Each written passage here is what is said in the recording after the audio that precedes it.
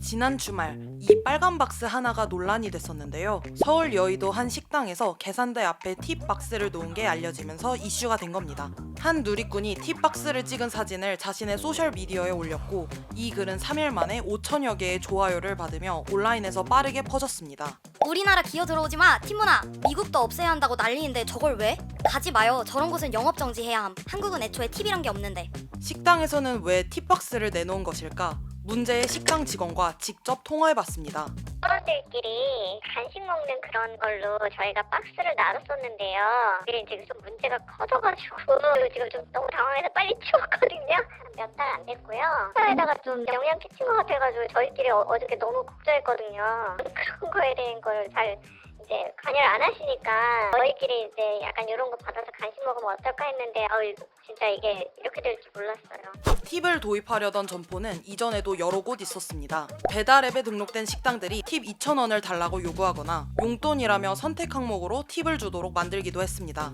식당이나 베이커리에서도 이런 일이 있었는데요. 직원의 서비스가 마음에 들었다면 팁을 달라는 안내문을 써붙인 곳도 있고 유명 베이커리도 팁 박스를 설치했다가 논란이 되자 박스를 치웠습니다.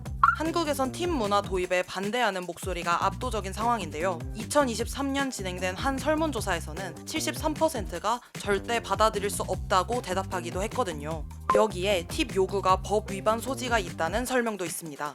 우리나라 식품위생법상 메뉴판에 적힌 가격은 부가가치세와 봉사료 모두를 포함한 최종 가격이어야 합니다. 팁을 강제로 요구하면 메뉴판에 없는 추가 봉사료를 요구하는 것이기 때문에 불법이 되거든요. 팁을 향한 한국 사람들의 싸늘한 시선, 사실 과민 반응은 아닙니다. 적게는 몇백 원 수준의 호의로 시작한 팁 문화가 나중엔 미국처럼 걷잡을 수 없어질 수도 있다고 걱정을 하고 있는 건데요. 실제 미국에선 팁플레이션, 팁 피로라는 신조어까지 생길 정도로 과도한 팁에 대한 불만이 터져나오고 있습니다. People at the coffee shop places, maybe they'll feel like insulted and may not make your order the way you like it. If I do tip, they'll add like more foam or fill up my drink all the way. But sometimes if I don't tip, they'll maybe leave a little bit less or they'll add a bunch of ice. When you get to the drive-through window and they have the little scanner that has the numbers and stuff, I've noticed that as soon as I've gone to click the no tip, they'll kind of move the thing down to where I accidentally push $5 or $3, you know? This clicked isn't confrontational. They'll just accept that they paid more. 과거 10에서 15% 수준이었던 팁이 최근에는 최소 30%부터 시작하기도 하고 드라이브 스루, 테이크아웃 매장에서도 팁을 요구하고 있다고 하네요. 2023년에는 한 피자 배달원이 $5의 팁을 받고는 I just want to say it's a nice house for a $5 tip. 빈정되는 모습이 온라인에 퍼져 논란이 되기도 했습니다. $5는 주문한 피자 가격의 20%에 해당되는 액수였는데도 배달원은 이에 만족하지 못한 거죠. 노 팁 항목을 아예 스티커로 가려버린 곳도 있었고요. 미국 유튜버는 이 사진을 공유하며 I would really want to just peel the sticker off right in front of them. 나라면 그 스티커를 그 자리에서 떼어버렸을 것이라고 반응했죠. 미국에서조차 반감을 사고 있는 팁 문화. 어떻게 시작됐을까요? 남북전쟁 이후 노예에서 해방된 흑인들은 웨이터, 철도 짐꾼으로 일합니다. 이들의 임금은 턱없이 낮았는데 소비자들의 팁으로 부족한 임금을 메꾸던 관행이 고착화됐다는 것이죠. 고용주가 노동자에게 직접 주는 연방 현금 임금은 시급 $2.13지만 연방 최저임금은 $7.25입니다. 즉 소비자들이 팁으로 $5.12를 줘야 서버들의 최저임금이 보장되는 셈입니다. 총 시급이 $7.25가 되지 않으면 차액은 고용주가 지불해야 합니다. 고용주 입장에서는 서버들이 팁을 최대한 많이 받아야 자신들의 주머니에서 나가는 돈을 줄일 수 있는 것이죠. 하지만 부족한 임금에 대한 책임을 왜 소비자가 져야 하냐는 불만의 목소리도 큽니다.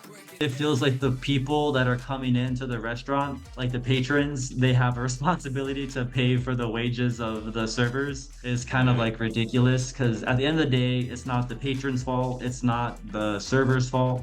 And businesses, they take advantage of that and use it as an excuse to pay their workers less. It's not fair for people to feel like they have to tip just so people can make a livable living. 미국에서도 격렬한 논란이 되는 팁 문화. 한국 사람들의 반감은 상당한데요. 팁을 얼마나 줬느냐에 따라 서비스가 달라지게 될 것을 소비자가 걱정해야 하는 게 문제입니다. 팁을 많이 주고 나오면 너무 많이 줬나 찜찜하고, 팁을 너무 적게 주면 너무 적게 줘가지고 다음에 갈 때 또 발시받는 거 아닌가 걱정도 되고, 소비자 입장에서는 상품의 구매 후에 만족을 저해하는 요소가 충분히 된다, 이런 얘기죠. 자기가 내는 돈이 명확하고 내는 돈에 대한 대가가 확실하게 오고, 이런 것들을 소비자가 선호한다, 이렇게 볼 수가 있고요. 아직은 회식비처럼 소박한 수준이지만 팁 문화가 본격적으로 퍼지면 우리도 미국처럼 서빙 직원들의 임금 구조가 왜곡될 수 있다는 우려도 있습니다. 지금 여러 가지 자영업자들의 비용이 막 인상되고 있는 상황에서 인건비가 굉장히 커다란 부담이거든요. 음식점 사장님이 팁만큼 임금을 덜 주기 위한 방법 아니냐. 팁이 to ensure promptness의 앞글자를 땄다는 속설이 있었습니다. 요즘엔 to increase pay, 즉 서버들의 임금 늘리기를 뜻한다는 웃픈 농담도 나오고 있죠. 팁 문화에 대한 여러분들의 생각은 어떠신가요?